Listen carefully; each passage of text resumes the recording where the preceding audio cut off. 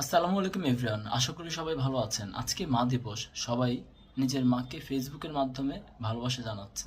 আমি সবাইকে একটা কোয়েশ্চেন করতে চাই।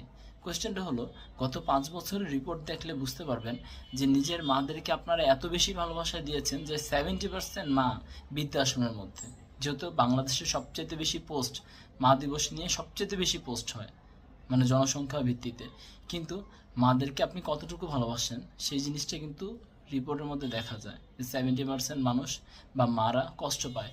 ওষুধ দেয় না, খাবার দেয় না, অন্য একটা কোণার মধ্যে ফালায় রাখে। বিয়ে করার পর বউকে বেশি একটা গ্রহণযোগ্যতা দেয়, কিন্তু মাদেরকে গ্রহণযোগ্যতা দেয় না। মারা আসলে কি, মানে শুধুমাত্র ভালোবাসা বলার জন্য? আপনি তাদেরকে সাহায্য করতে হবে, তাদের পাশে থাকতে হবে, তাদের কাছে থাকতে হবে।